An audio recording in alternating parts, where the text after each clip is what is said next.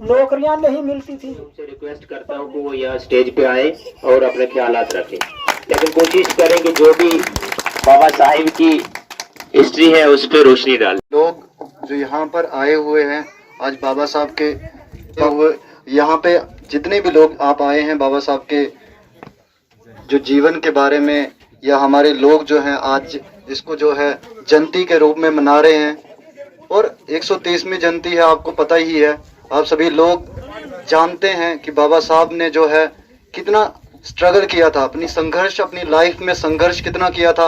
आप सभी लोग उनके बारे में पढ़ते होंगे, मेरे को उम्मीद है, और जो लोग नहीं पढ़ते हैं वो भी जाके बुक्स पढ़ें, क्योंकि सुनने में अगर मेरे पास आप आएंगे तो मैं भी कहानियां सुनाऊंगा, क्या पता कितना झूठ और कितना सच है, लेकिन आप जब खुद से पढ़ेंगे, बुक्स पे पढ़ेंगे, व्हाट्सएप पे नहीं देखना, आज या विकिपीडिया पे पढ़ सकते हो आप, बुक्स से पढ़ो आप, जो उन्होंने उनके बारे में बायोग्राफीज लिखी हुई हैं उनको पढ़ो आप, तो तब आपको पता चलेगा कि ये कितने बड़े सोशलिस्ट जुडियलिस्टिक थे, और कितने हमारे जितने समाज की चीजें थी, जितने अनइक्वालिटी, क्योंकि उस टाइम पे जो है छुआछूत जो था बहुत ज्यादा था, अभी भी कहीं ना कहीं हमारे, अगर जम्मू कश्मीर की बात की जाए तो कम है, लेकिन बाहर की स्टेट्स में अभी भी ज्यादा है। आप सुनते होंगे आए दिन अपने न्यूज़ों में कि हाँ जी कोई घोड़ी पे चढ़ा तो उसको जी मारा, तो ये चीजें जो है अभी भी जिंदा है, और ये जिंदा इसलिए हम, बहुत सारे दोस्त हैं मेरे भी मुझे बोलते हैं, मैं जनरल कास्ट से आता हूँ, जबकि ये बताना नहीं चाहिए, मैं जनरल कास्ट से आता हूँ, तो बहुत सारे ऐसे बोलते हैं यार उनको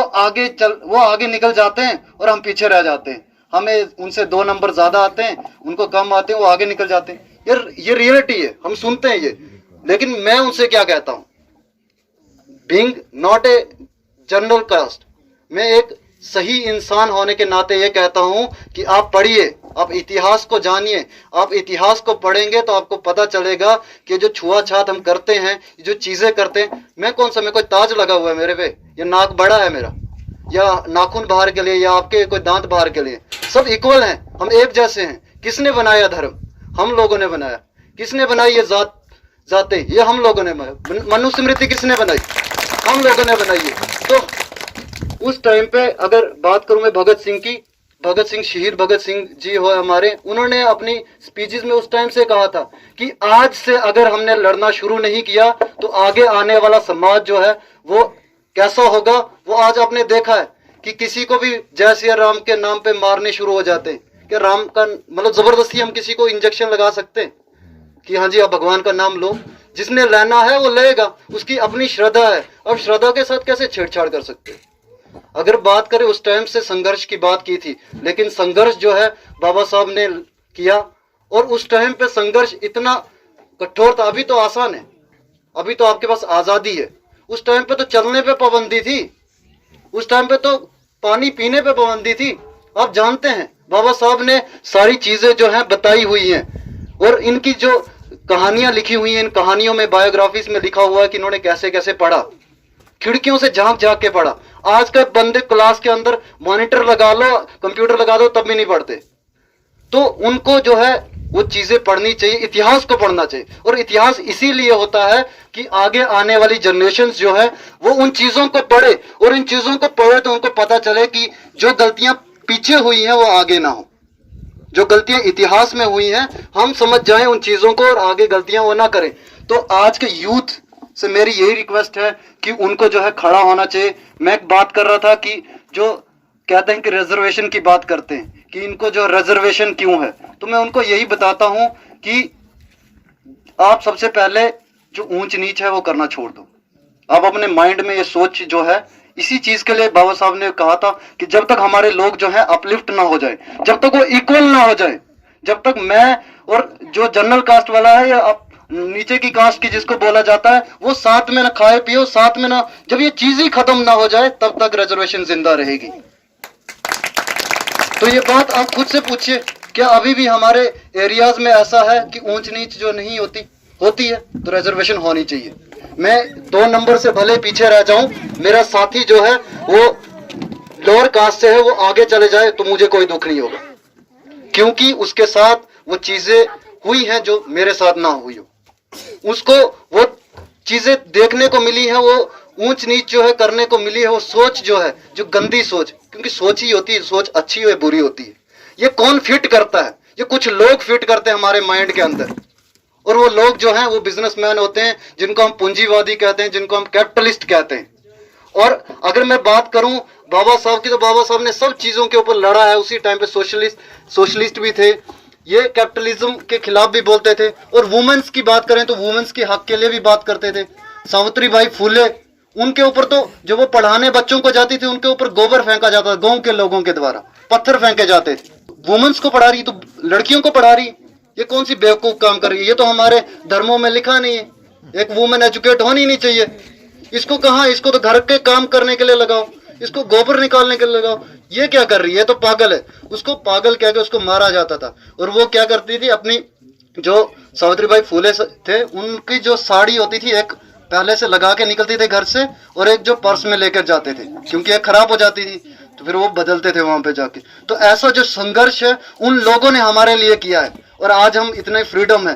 तो इस फ्रीडम को अगर आप ऐसे ही या इससे ज्यादा अच्छा करना चाहते हो तो आपको लड़ना पड़ेगा, और लड़ना हमेशा पड़ेगा। हर एक इंसान, हर जानवर लड़ता है अपने लिए। एजुकेशन दी जाती है, आपने उसके ऊपर आवाज उठाई?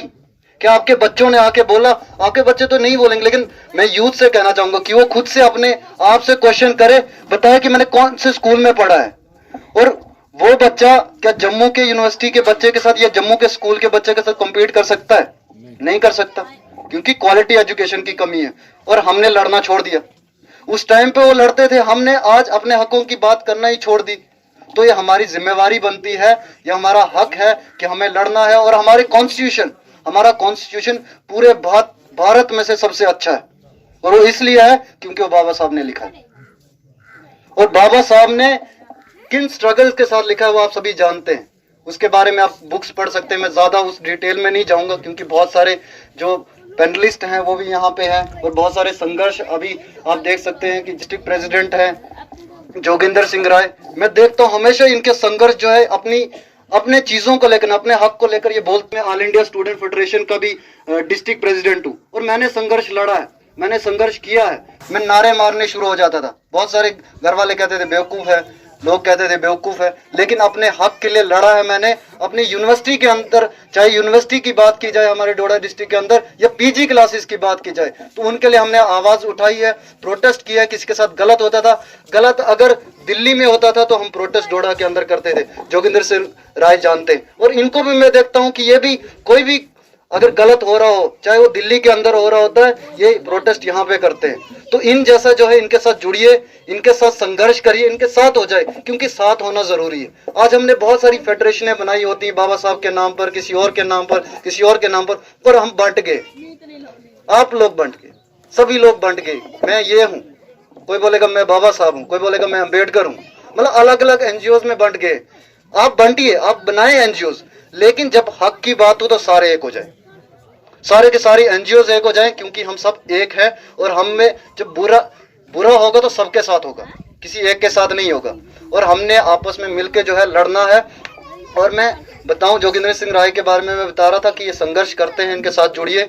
मैं भी जो है हमेशा इनके साथ मैं गाइडेंस भी लेता हूं, कभी मुझे जरूरत पड़ती है, क्योंकि ये भी एक्स जो है एक्टिविस्ट रह चुके हैं ऑल इंडिया स्टूडेंट फेडरेशन की।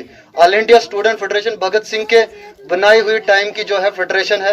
भगत सिंह जी इसके अंदर जो काम करते थे, हिंदुस्तान सोशल रिपब्लिक एसोसिएशन जो थी उन्होंने बनाई थी, उसी के बाद जो है ऑल इंडिया स्टूडेंट फेडरेशन बनी, और इंडिया की सबसे पहली स्टूडेंट ऑर्गेनाइजेशन है।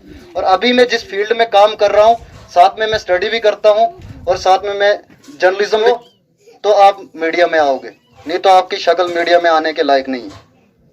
ये कॉन्सेप्ट है हमारे यहाँ पे। लेकिन मैं इस फील्ड में इसलिए आया क्योंकि आज हिंदुस्तान का चौथा स्तंभ जो है सिर्फ रवीश कुमार और न्यूज 24 के कंधों पे आ गया है। तो मैंने सोचा क्यों ना लोकल एरिया पे हम भी जो है कोशिश करें, और हम उस जो फोर्थ पिलर है जिसके ऊपर आप सबका भरोसा है, किसी के ऊपर भी अगर जब भरोसा टूट जाता है तो उसके सब जगहें खत्म हो जाती, पुलिस खत्म हो गई, सब जगहें खत्म हो गई, तो फिर मीडिया बचता है। मीडिया एक ऐसा माध्यम होता है कि आप तक बात पहुंचती है, और उस माध्यम को जो है वो डाइवर्ट कर दिया था। वो डाइवर्ट ऐसे कर दिया था कि वो सिर्फ सत्ता में जो सरकार है उसके गुण गाते हैं, जिनको चाटुकारिता पत्रकार भी कहा जाता है, ये गोदी मीडिया भी कहा जाता है। जब पूछा जाता है कि कभी रिसेंटली जो फार्मर्स प्रोटेस्ट हुआ, फार्मर प्रोटेस्ट में एक पोस्टर देखा मैंने वहां पे, जब मैं फार्मर्स प्रोटेस्ट में मैं गया, क्योंकि नेशनल मीडिया जो दिखा रही थी कि फार्मर्स प्रोटेस्ट में जितने भी लोग हैं वो देशद्रोही हैं, जो कि ये देते रहते हैं सर्टिफिकेट। तो देशद्रोही, मैं जब वहां पे गया तो मैंने वहां पे लोगों को देखा, वो कौन से देशद्रोही थे, अपने हक की बात कर रहे हैं लेकिन उनको देशद्रोही बनाया। तो मैं वहां पे गया तो वहां पे मैंने एक पोस्टर देखा, जिस पोस्टर पे लिखा था, पुलिस वाले पूछ रहे थे उससे कि आप कौन हो, बोला मैं पत्रकार हूँ, बोला कौन सी पार्टी के। तो ये जो चीजें हैं ये बेइज्जती हो गई, इस फील्ड के भरोसा टूट गया लोगों का।